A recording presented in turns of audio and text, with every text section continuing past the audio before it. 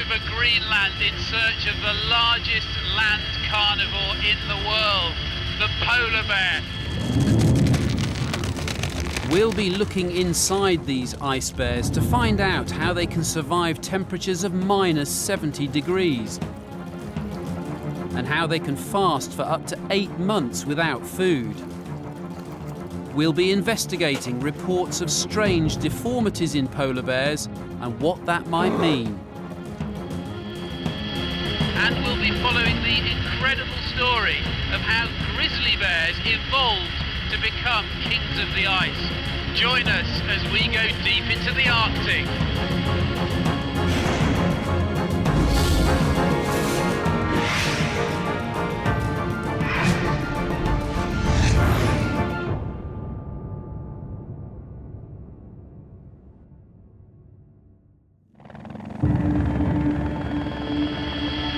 I tell you what, it's really interesting. You see this in photographs all the time.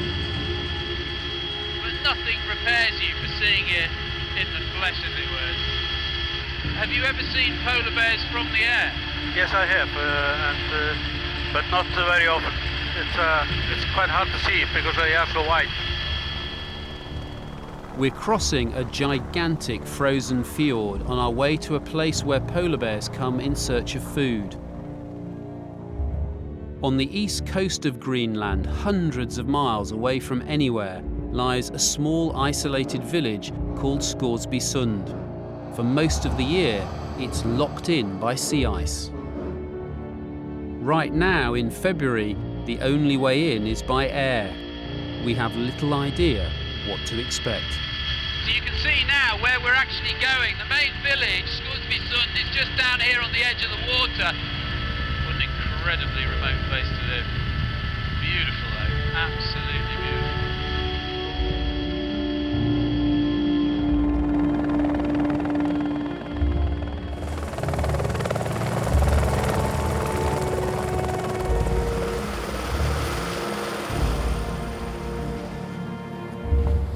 450 people live here. There are no roads, just skidoo and sledge tracks. And a single shop where we'll need to stock up with food. None of our team has been this far north before. Simon Watt hopes to follow in the footsteps of polar bears. And Joy Reidenberg, our comparative anatomist, has her dissection kit on standby. Take a look at the price of this. Couple of trees of broccoli, right? 10 quid. This stuff is a real delicacy. One leek, 3 quid. Very, very expensive stuff. I wouldn't want to be a vegetarian here. Joy, do you really think we need so much chocolate? Yes.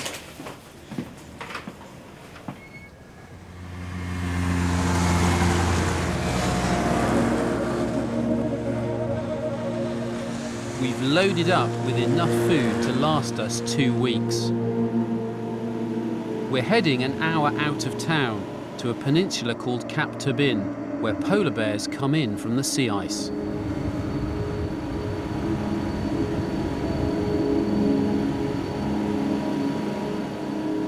No one's lived in this abandoned hunting settlement for 5 years. This old hunter's cabin will be our home.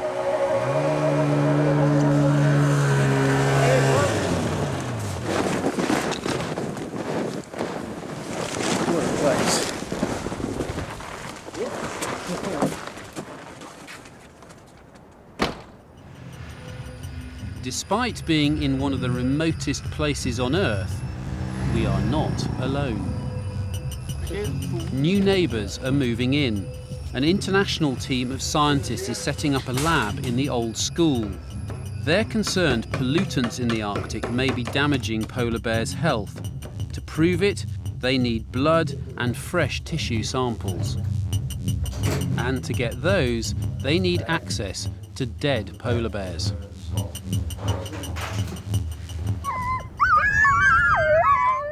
On the furthest point on Cap Turbin is another cabin. Holed up inside is the region's best hunter, 64-year-old Christian Josephson. As a traditional subsistence hunter, he's allowed by law to hunt a small quota of polar bears. He sits patiently scanning the horizon. Hunting polar bears is controversial, but hopefully some scientific benefits can come from it. Christian needs bears for fur and meat for his family. The scientists need bears for their samples, and we need a bear for our anatomical dissection. But we'll only have access to one if the scientists can persuade the hunters to collaborate.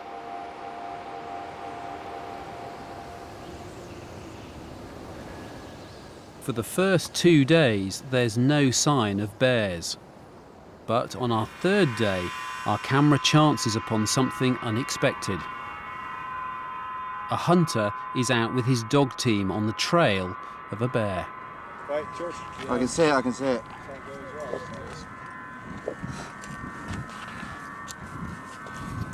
It's been hit. Is it? Yeah.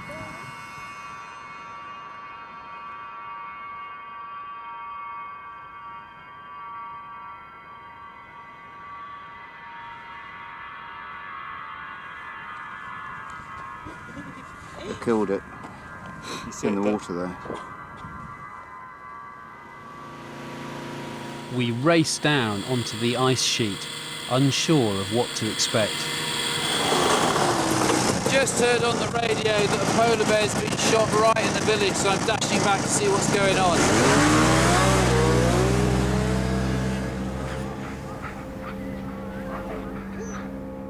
By the time we arrive, several hunters have already begun skinning it.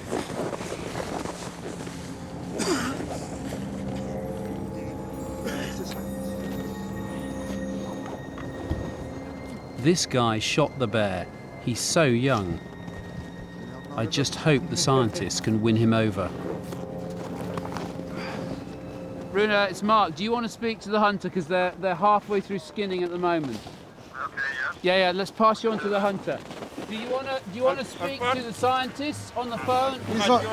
Okay, Runa, you're on loudspeaker, Runa, so you can speak to the hunter now. I'll put the phone by his ear. Here you go. I'm not speak English. Okay. Danish? Oh. He doesn't speak Danish. Hang on, Runa, hold on. We need somebody who can speak, translate. Try and speak to Runa. Okay, his name's Runa. He's the head of the Danish scientists. The scientists are trying to persuade them to bring the polar bear to their lab at Cap Tabin by offering a small reward.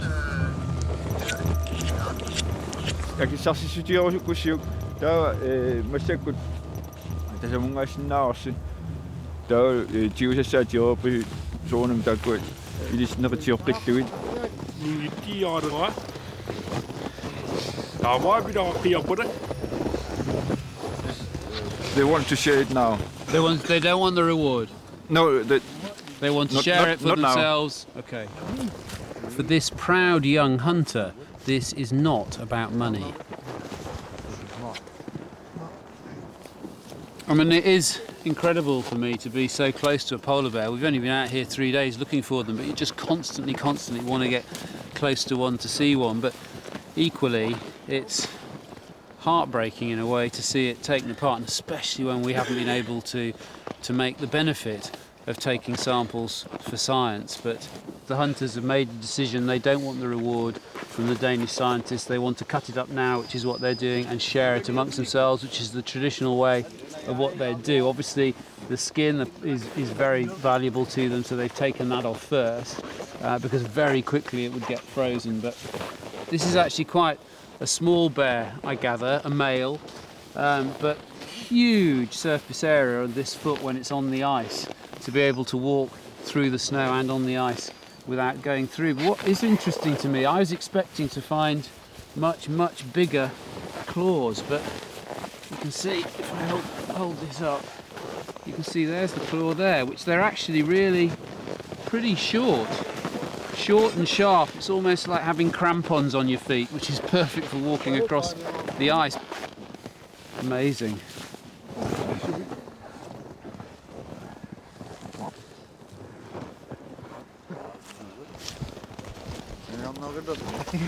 What will you do with this now? This meat? Dry home. Yeah, will you And- dry, and you eat cooking- it, yeah, and cook it cooking straight with away, or do you leave it for a few weeks before cooking it, or you cook it straight away? We cook maybe about half hour. Tonight? Yes. Big yeah. dinner. Right away. It's taken, what, 30 minutes for these guys to completely dismember this carcass and split it up amongst all of them. They've put it all in bags now and they're all individually taking it off to their own dog sleds, and they're genuinely really excited about this. They now can only hunt around 30 polar bears. There's a quota and that's their limit. But this is only the second one this season, so you know you can forgive these guys for being that chuffed that they've got one, and they're taking all their body parts and the meat now back to the village to share it with their families. So it's sad for us, obviously, and for the scientists, because it's a polar bear that's died that we can make no use of scientifically, but there will be others.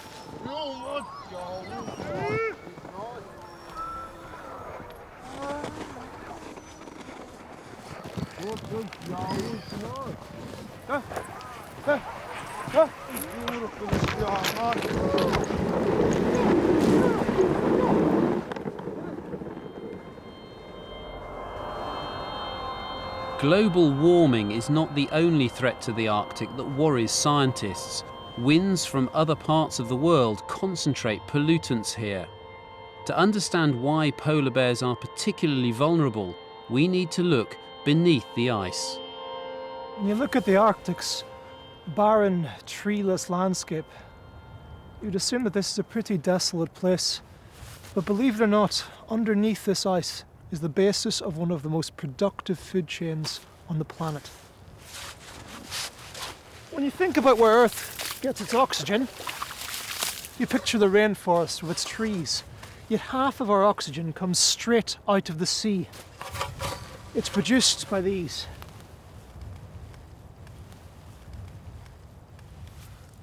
Tiny little organisms, invisible to the naked eye, little plants called phytoplankton. And they come in a dazzling range of shapes and sizes.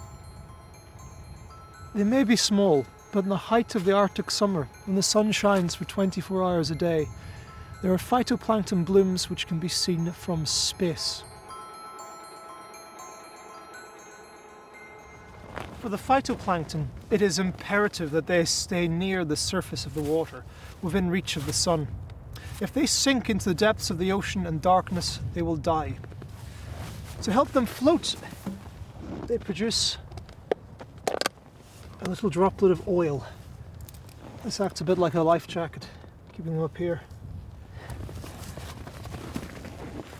Unfortunately though, the pollutants in these waters are what scientists call lipid soluble. They love oil and they diffuse straight into the phytoplankton and the oil droplet. The pollutants in the oil are passed to other animals via the food chain. The phytoplankton are eaten by zooplankton, tiny little animals like krill. These are eaten by fish, which are eaten by seals, which in turn are eaten by polar bears. The pollutants accumulate further up the food chain you go at each level, and this puts the polar bears at the top at the most risk. And that's why the scientists are here to study them.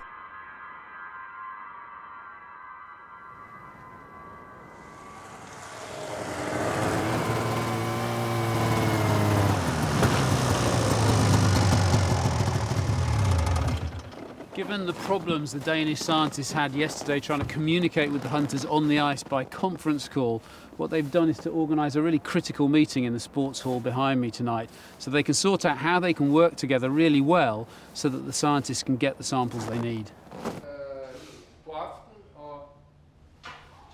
Rune Dietz and Christian Sonner, the two lead scientists, know it'll be hard to convince these seasoned hunters to help. First, they warn them what's at stake. They explain that because they're eating contaminated animals, their own health could be at risk. Men generelt vil vi gerne ud og tage prøver fra alle de isbjørne, der bliver skudt. Ja, vi vil meget gerne have skind og knogler, men alt neri og dardua, det kræver, at vi samarbejder.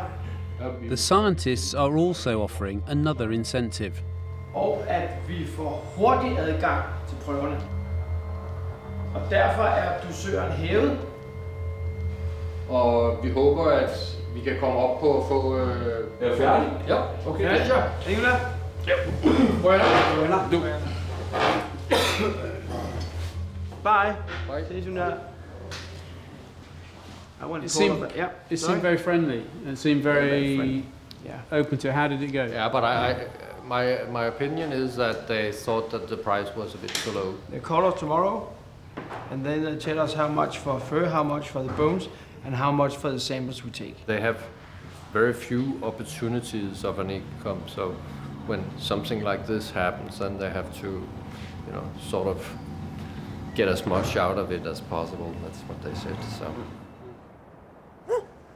If we're going to work with these hunters, we need to understand what drives them.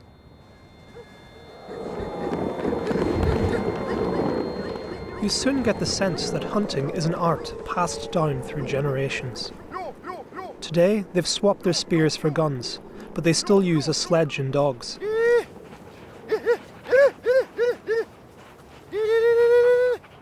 For hunters like Scoresby Hamilton, maintaining the bear population is essential for his way of life. So you're only shooting males and mothers without no cubs? Females without cubs? And this is increasing the population? Although it's more, many more polar bears. Many more polar bears. That's what I'm thinking.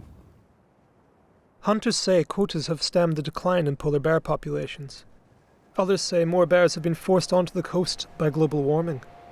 Either way, the polar bear is still classified as a vulnerable species. It was a very different story when Scoresby Sund first attracted hunters. When the early settlers first arrived here, they found loads of polar bears and seals, which was very fortunate because it provided them not only with food, but also essential clothing to stay warm.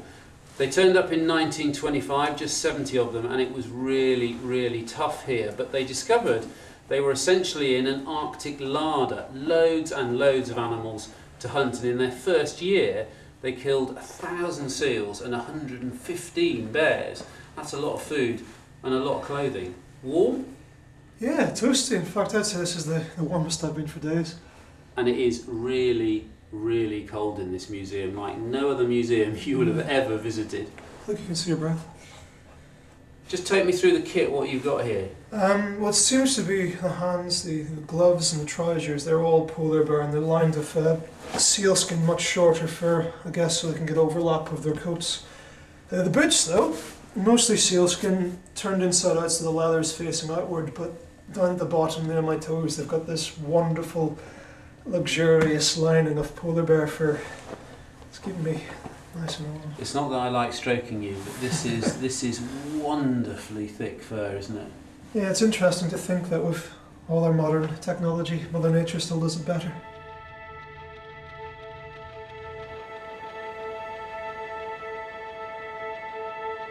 To survive the Arctic's extreme climate, evolution has provided polar bears with perhaps the most advanced fur coat on the planet. They lose so little heat, they're nearly invisible under infrared photography.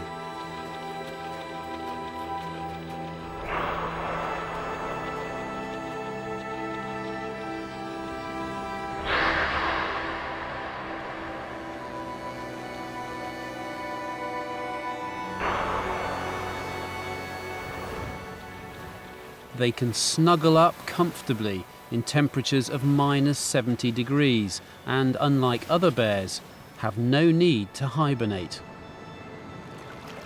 They don't even freeze in ice-cold waters, where they take regular dips between ice flows. And when they come back onto the land, after a quick shake, it's as if their fur has never been wet. So what are the secrets of this wondrous coat?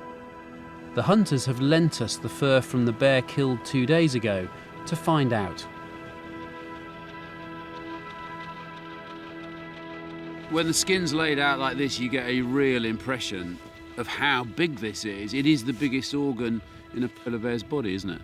Yeah, it is, and it's probably also one of the most important organs in the polar bear. Without this fur, the bear would die immediately. Does it always have the same amount of fur all year long, or are there times when the fur is thicker because it's colder? This is a perfect winter fur. I mean, during exactly this period, the fur is long and it's very woolen and couldn't be better insulating. So you've got kind of two very clear layers of fur, haven't you? Down here, you've got the deep undercoat, which is very fluffy. But then on top of it are these longer guard hairs, which you see most obviously around the edges here, don't you? Whilst the guard hairs keep snow, wind and water out, the soft inner layer keeps body heat in. It's like a feather duvet. There's not much to it, but it's because the feathers trap air in the duvet is what acts as the insulator to keep you warm in bed. This thing is doing it through its fur. Christian, if we delve a bit deeper through the fur, the skin itself is a surprising colour, isn't it? Yeah, in fact, it's very much pigmented and very much black. I don't know if you can see it here. So very black and very all black. and all over the bear. All over the body. I'm really surprised to see that it's actually got black skin. I mean, we know that a polar bear has the iconic black nose. You can see that here. There's black lips. There's even black around the eyes. But I never thought that that black skin continues all the way underneath all of this fur. That's a surprise. Okay, let's have a look through the microscope. Okay. It's really cold when you haven't got gloves on. Oh! It really is cold. Okay, so let's just pass this over there. You can see it coming up on the screen. It's almost like looking at a fishing line. Yeah, and the hairs themselves are actually hollow. It's beautiful, really beautiful. That's really amazing. Surprisingly, polar bear hairs are actually colourless. But if the skin is black, why do these bears appear white? Well, this is not that unusual. This water is clear, but the snow all around me is white. Somehow, as if by magic, clear things can appear white. Although water is clear, when it's frozen, the many surfaces within an ice crystal with a snowflake reflect all the light, making it appear white. The hollow fibres of a polar bear hair are behaving in a very similar way. By looking white, the fur provides the polar bear with perfect camouflage. But by being colourless, it actually generates additional warmth. Some of the sun's rays pass straight through the fur down to the skin below.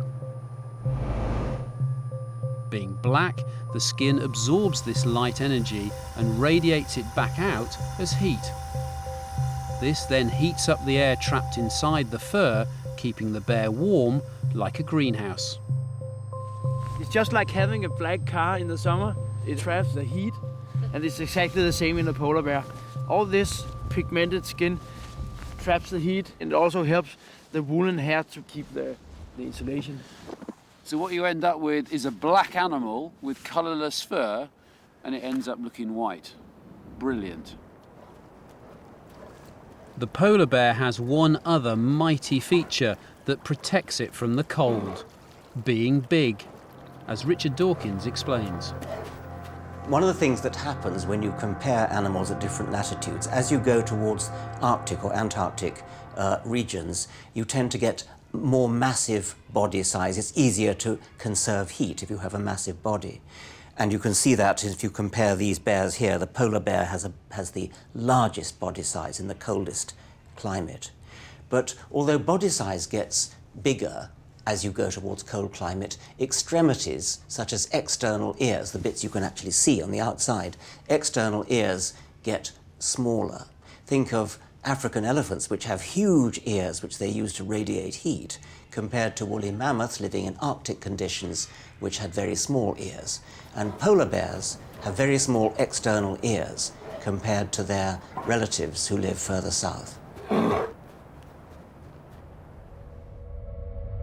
5 days into our trip, the Arctic continues to enthrall.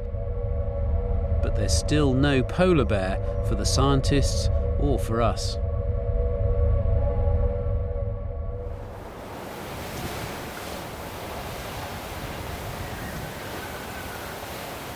There's still no sight of a polar bear, and now, frustratingly, the weather's turned properly Arctic.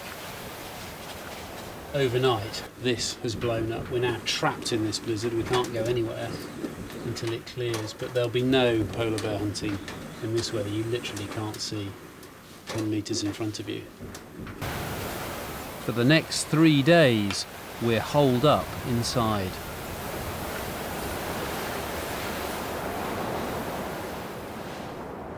It's only having experienced the full force of the Arctic that you can appreciate just how challenging this environment is. Polar bears have lived here for over 150,000 years. To understand why they've made this ice world their home, we need to look back at their ancestors. Figuring out the evolutionary story of the polar bear has proved far from easy. There are very few polar bear fossils. The bears live on the ice and die on the ice, and when the ice melts, their bones sink to the bottom of the ocean. But recent DNA analysis has given us a tantalizing clue. If you go back 200,000 years, the world was in the grip of a great ice age. Most of the northern hemisphere, including Britain, was covered by giant sheets of ice. There were no polar bears back then, but brown bears had spread right across the globe.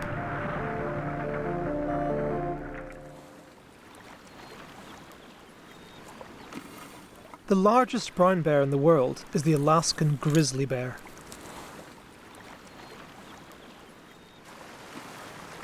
They're famous for gathering at rivers, snapping up salmon on their way upstream to lay their eggs.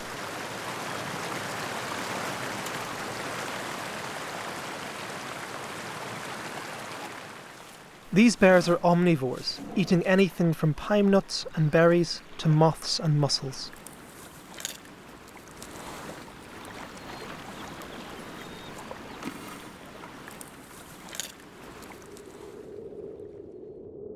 During the Ice Age, the advance in ice sheets forced the brown bears south.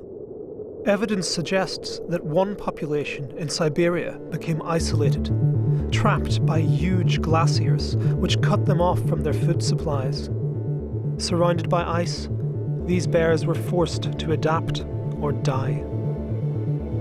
It is thought that some grizzly bears took to living off those that lived on the ice.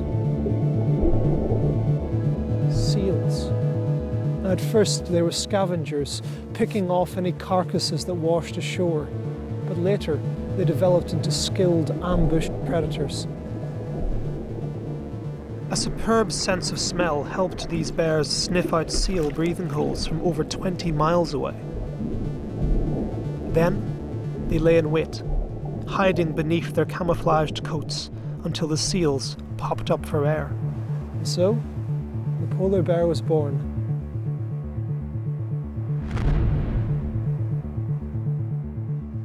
This is the skull of a polar bear. It's all that's left from the bear the young hunter shot last week. We want to see how the bear's head adapted to feed on seals. So this polar bear skull is very typical of a carnivore. We've got these really long canines here. But what I really think is amazing is how streamlined the front of this head is. It's not like other bears, which have more of like a forehead bump here and then a snout. Because when you look at a grizzly, they've got a very kind of dished face, haven't they? You know, yeah, it's a big round face with the little muzzles poking out. This is much more a kind of Roman nose. Yeah, in fact, it's so iconic when you see a polar bear. You see that curve, you know, right from the top of the head straight down to the black nose at the end, as if it's just one smooth line all the way. And notice how its whole head is long and narrow. It can stuff its whole head down a very narrow seal's breathing hole and pull out a seal. Which, of course, a grizzly just couldn't do, because if it tried to ram its head down a breathing hole, it would simply get stuck. These are seal pluckers.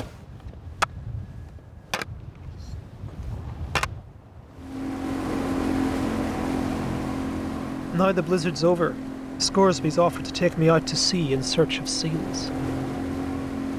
Yesterday this whole area was covered by ice, but late last night a storm came crashing in and smashed it all up, so we got carried out on the tide this morning. This is just the ideal conditions for hunters like Scoresby. Whenever they like this, they can go out onto the ice, hopefully looking for maybe some seal popping up near the ice's edge, maybe narwhal. If there's seal out and about, there could be polar bears as well. This is just the kind of conditions you'd be hoping for. Polar bears have a really tricky time here. They've got a bit of a balancing act going. They need ice which is thin enough for the seals to come up and punch through, make themselves some air holes, but strong enough to withstand their weight so they can come, wait there, build an ambush and pounce when the time comes. The iceberg just over there. It's so beautiful but so dangerous as well. The captain has to be quite careful around it. The sheer scale of it, it's just wonderful. This is not so big, this is small.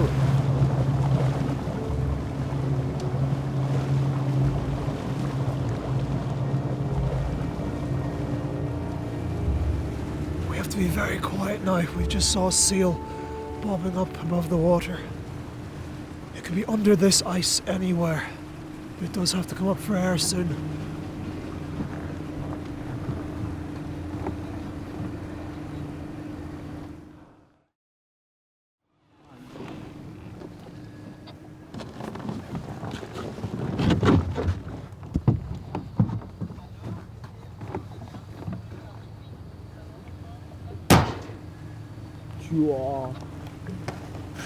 Not sure if he got that one. Well, he was a good hunter if he did. As an animal lover, watching seals dodging bullets is quite upsetting for me.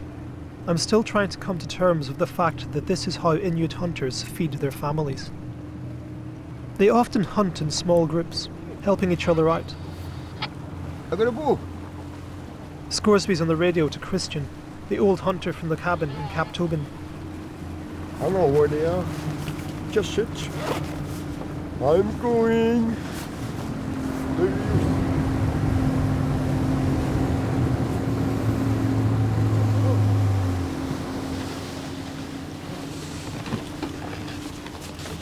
Hi. It seems Christian's had more luck. Okay, open up. It's a walrus. Hi. Oh, Christian. Good to see you again. Apparently Christian spotted it on the ice floe from his cabin. Did you hunt this? You? Me? Oh, we heard you're a good hunter. It may not be the polar bear he was after, but it will provide plenty of meat for everyone. Quite an ugly brute of a thing, but still marvellous. This can be like this. And are they dangerous to hunters? Yeah, sometimes. Yeah? Yeah. Yeah, sometimes they get attacked. Well, you wouldn't want to get close to those. No. Polar bears hunt walruses too. They use scare tactics to avoid their tusks. First, the bear charges at the colony to trigger a stampede. Then it moves in to pick off the slowest and weakest, usually the young or the old.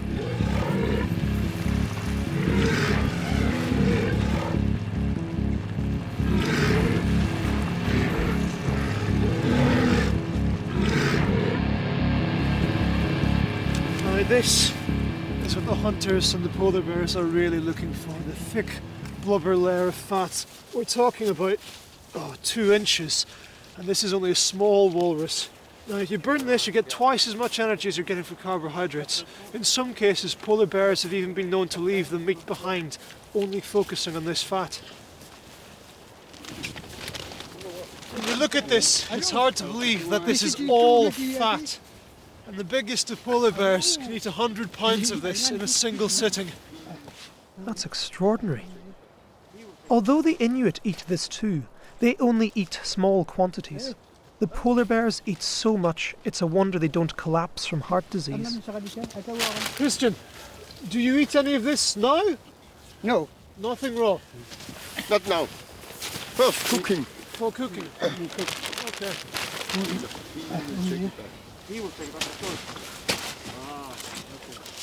What is that? Are you serious? Do you even eat this? Nope. No. Wow. That is a walrus penis, apparently. It's hard and has a bone in it. That's impressive, to say the least. Richard Dawkins has a theory about this. This is the penis bone of a walrus. You may not know that most carnivores and primates, we're primates, have a penis bone. It's different, the penis with a bone. We actually don't have it. Walruses do, seals do, dogs do, polar bears do. These are polar bear penis bones. You might say, if other primates have got a penis bone, why have we lost it? It seems like a useful sort of thing to have. I've got an idea about it. It's probably rather far-fetched, so don't take it too seriously. There is a theory of sexual selection, that's where females choose males, which says that females behave a bit like diagnostic doctors, looking the males over and choosing the most healthy. And the males, in a funny sort of way, cooperate by making it easy for the females to diagnose how healthy they are. In a way, having a thermometer sticking out of every orifice, let's say, or a blood pressure meter.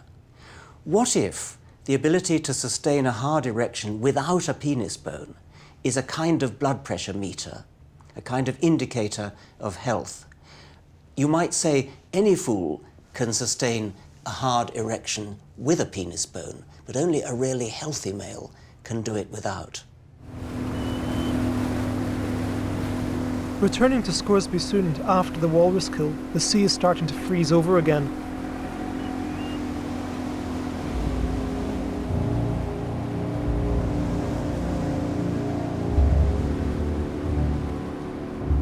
As we draw closer to the harbour, we can see a commotion around one of the other boats.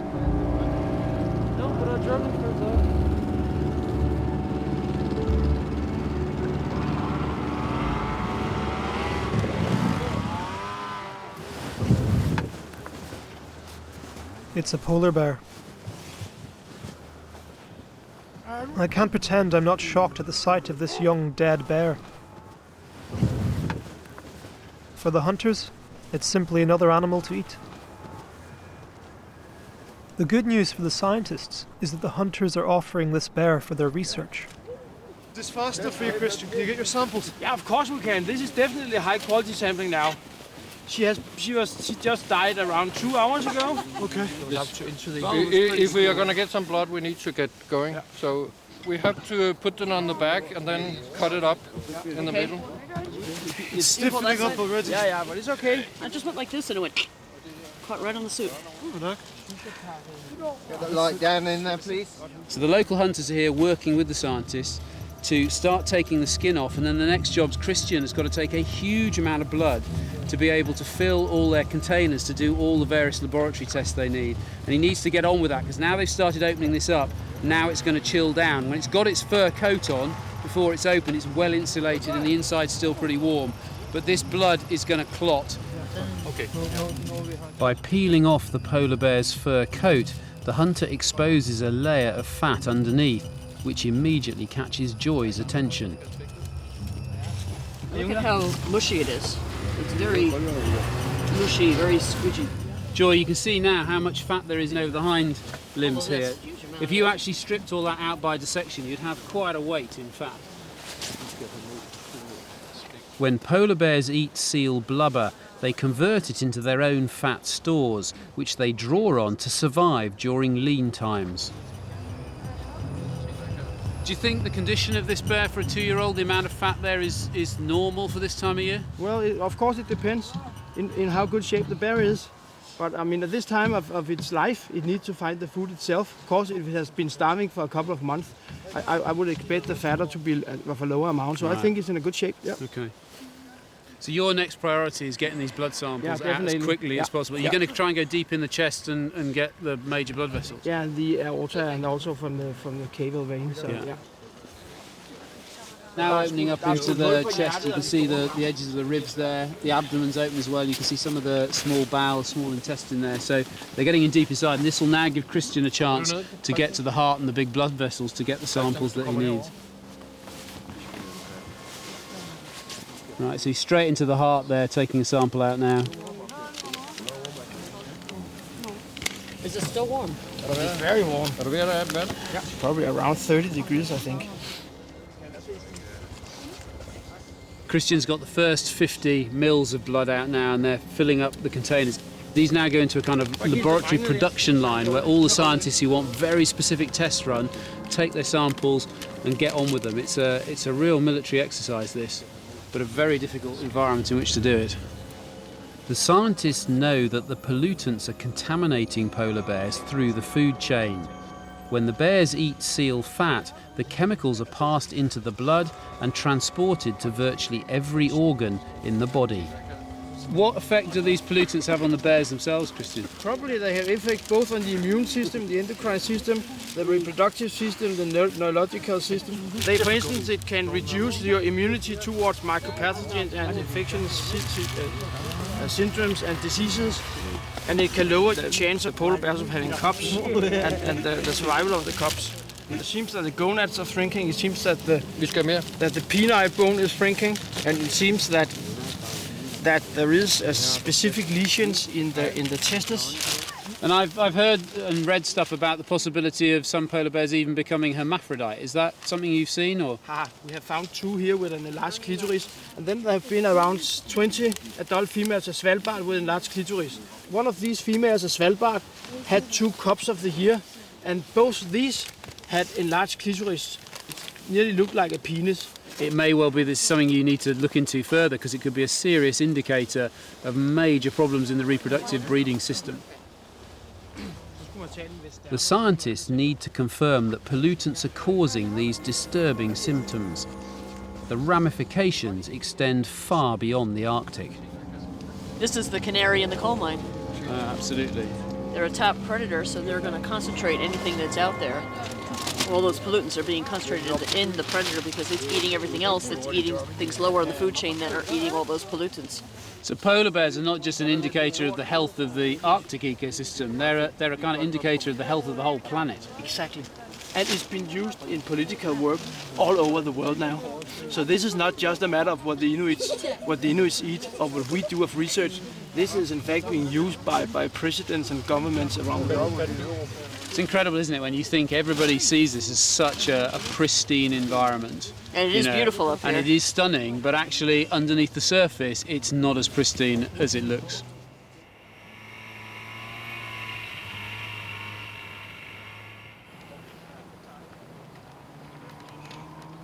Over at the old school, the scientists are trying to get to grips with the scale of the problem. Blood and tissue samples collected from last night will be sent to their labs around the world. I'm keen to find out more about the toxic chemicals. Looking just at this table, this computer is filled with, what do you call them? Flame retardants. Probably by weight, about 30% flame retardant. Really? I'm surprised to discover most plastics include chemical flame retardants. Almost all electronic devices contain them. And we replenish our cell phones and computers every 2 or 3 years, and then where do those discarded products go? They get sent to various countries, or they're broken apart, and those components of the flame retardants or the metals get into the environment. The more I learn about these pollutants, the more I realise what's at stake in the Arctic and beyond. The polar bear has adapted to living on the ice, but can it adapt to survive this man-made assault on its environment?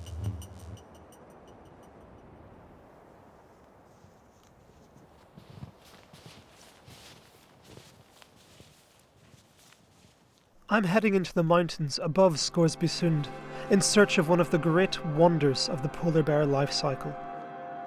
Without this, polar bears would not survive their first year of life. The babies are born nearly naked, with no subcutaneous fat and tiny. They only survive because their mothers dig dens, like this one, deep beneath the snow.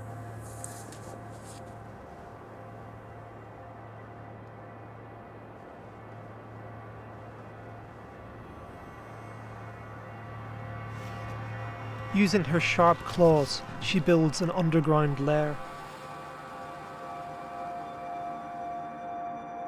In here, her tiny cubs will be born.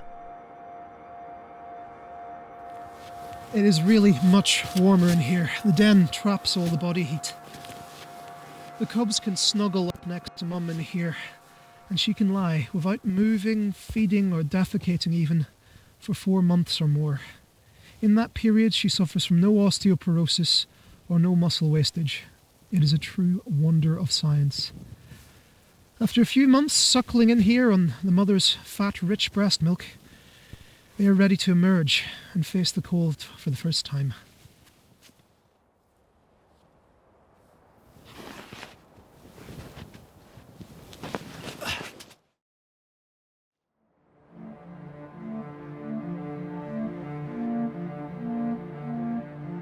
This legendary BBC natural history footage of a mother and cubs emerging from their den is the culmination of up to 8 months without food. The mother has protected her cubs from the unforgiving Arctic winter by living off huge fat reserves. The cubs will rely on her fat-rich milk to grow big enough to survive the next winter.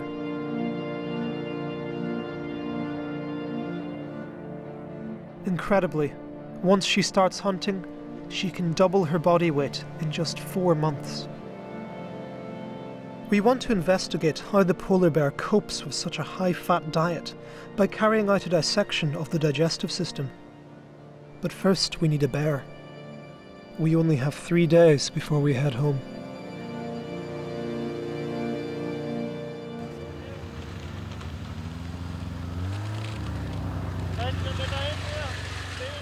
We've just had a call, literally 2 minutes ago, to say another polar bear is coming in by boat. Do you know any more about it? Yeah, it's a young hunter, I think, and I think it was shot quite recently. And now he's going to come in with the boat. And now we need to find some solid ice near shore, so we can pull the bear in and make sure we have some solid ice to dissect it at. Do you know how big is it? Is it a young one, old one? It's a young one. It's another young one. Okay. Okay. And now I gotta get down and watch out for the ice edge. Okay.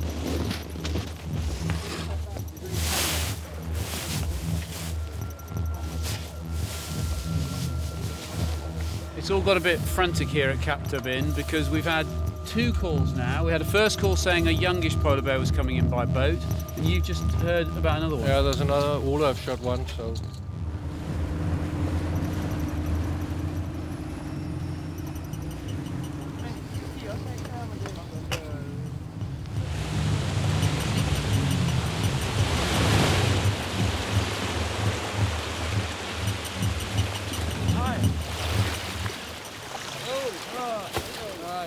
We've just heard from the hunter it's a male, definitely, and it does look definitely bigger than the ones we've seen before. Currently it's under the boat, it's been tied to the bow here, so it's been dragged in from the front. It's a really surreal sight, I have to say, seeing a dead polar bear being dragged along almost like a buoy on the side of the hull. Come on, Rune! Come, we need to get more ropes so we are more people to drag. Winch. Okay, there's a drum weight.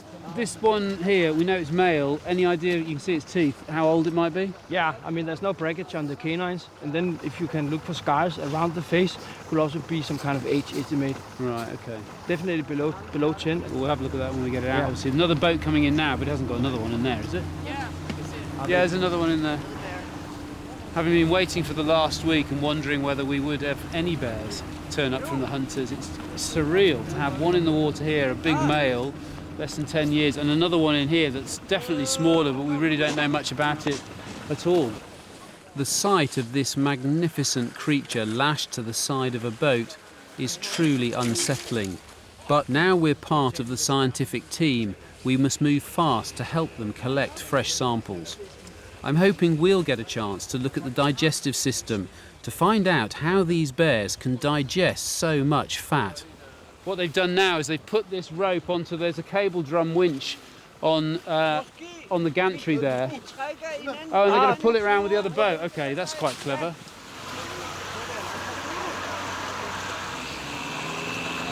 Coming.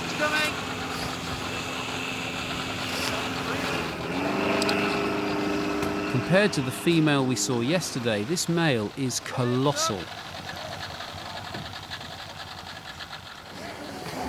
Keep going, just a bit more, just a bit more. Can we go over? Yeah, I have it. Okay, 210.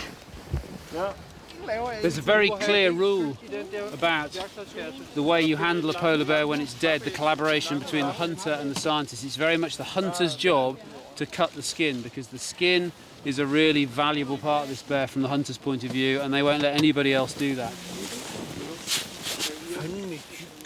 Look at the size of these front legs though. I mean, that's my hand against his hand. Absolutely huge. Of course, their front legs, hind legs as well, aren't just for walking on the ice and the snow. The front legs are also going to be used for killing and for swimming. Well, this animal is a fantastic swimmer. Fairly recently, a polar bear was known to have swum for 9 days, covered over 400 miles. This is a very accomplished animal in the water as well as on the ice and snow.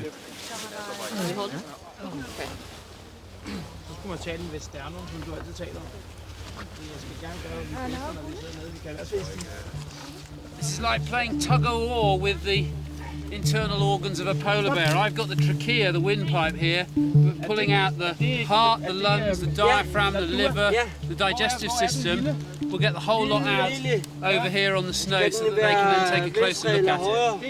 Okay. The weight is 2.3 kilograms. The media is freezing. I wasn't expecting that.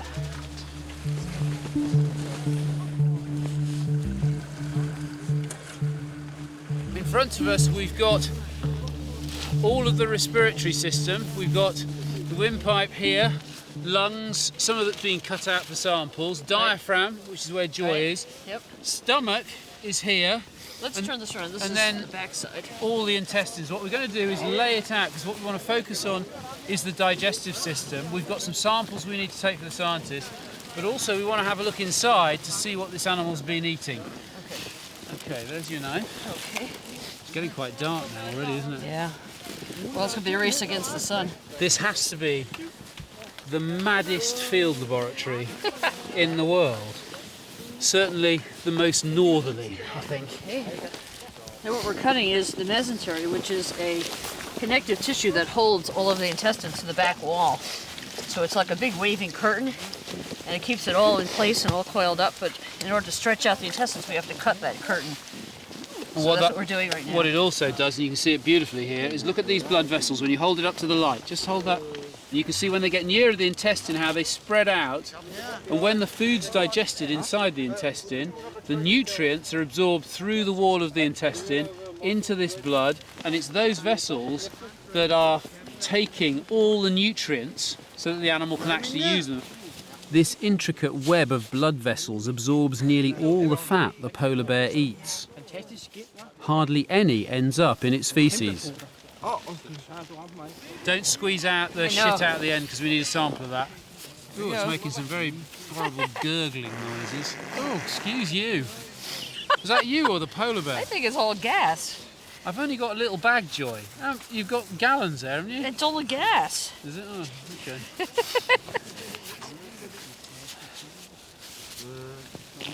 There we go, there you go. Isn't that nice? There we go. Technically, this would have been the polar bear's next poo.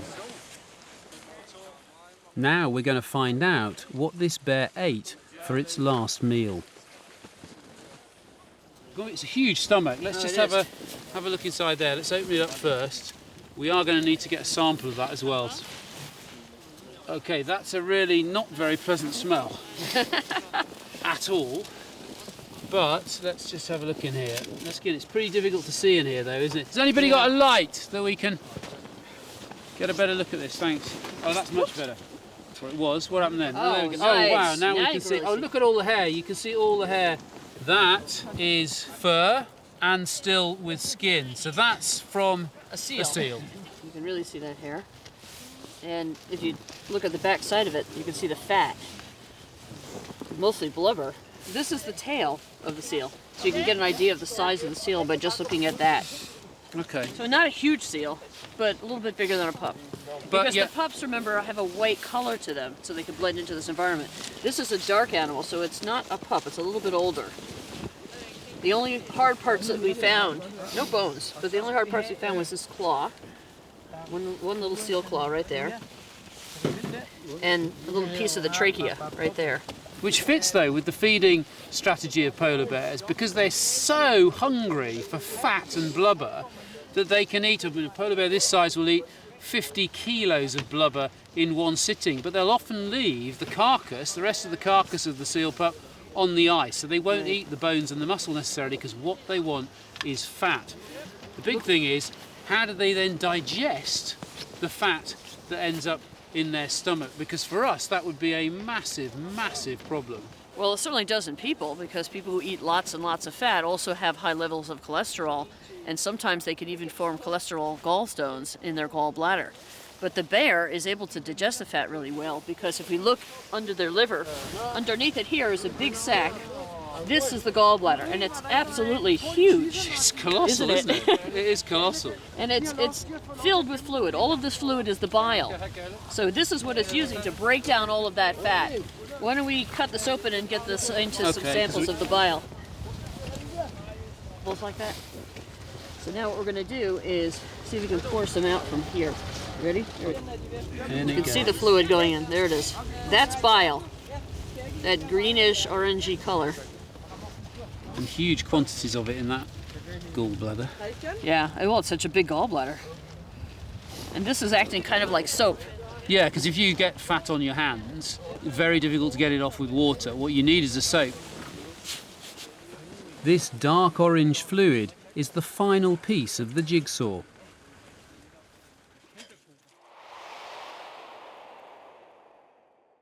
It's the key to how polar bears conquered the Arctic. Fat is tough to digest because it congeals into large clumps that digestive enzymes can't penetrate. But bile is a natural detergent. It splits the clumps into small oil droplets, allowing the enzymes to break down more fat molecules. Bears produce a more concentrated form of bile than other animals, and that's why they can digest nearly all the fat they eat. You kind of have to just get your head around the fact that this stuff in the snow now here, this liquid is what allows a polar bear to be able to live in this environment where it needs to eat huge quantities of fat to be able to fuel its body and provide it with the heat it needs internally. Without this, it couldn't live here. In the land of the ice bear, it's always been survival of the fattest. But now this fatty diet is fueling an uncertain future. Looking back on this trip, I've come to realise that in this remote corner of the world, the scientists may be revealing something truly important. We in the industrialised world are unwittingly creating a toxic planet. As Joy said, the polar bear's the canary in the mine. Only by carrying out more science will we fully understand the insidious threat. Then we can sound the alarm. Question is, will the world listen? Do you not just sit here and think you're in an old schoolhouse in the Arctic? How can you possibly make a difference to this? You know, if you're producing 1 billion phones every year, millions of computers using these chemicals. Well, if we don't do what we're doing, we won't know. Right? What do? We just keep producing and inventing new substances and allowing them to leach into the environment. If we know what the bad chemicals are, the ones that are affecting health, then we can try to, the engineers can try to make a new chemical that won't cause that effect in the future. And this is actually the aim of the game, to go all the way from the chemicals we have that we suspect to have an effect, to identify the effect, to prove the causal relationship between chemical and impact on population, and then the politicians facing these evidences obviously have to do something about it. Otherwise, that's going to be a riot.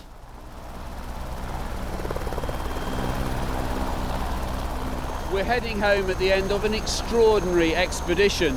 It's been an unusual collaboration between scientists and a traditional hunting community. But what's discovered here in one of the remotest parts of Greenland will not only help polar bears and the local people, it could also be of global importance.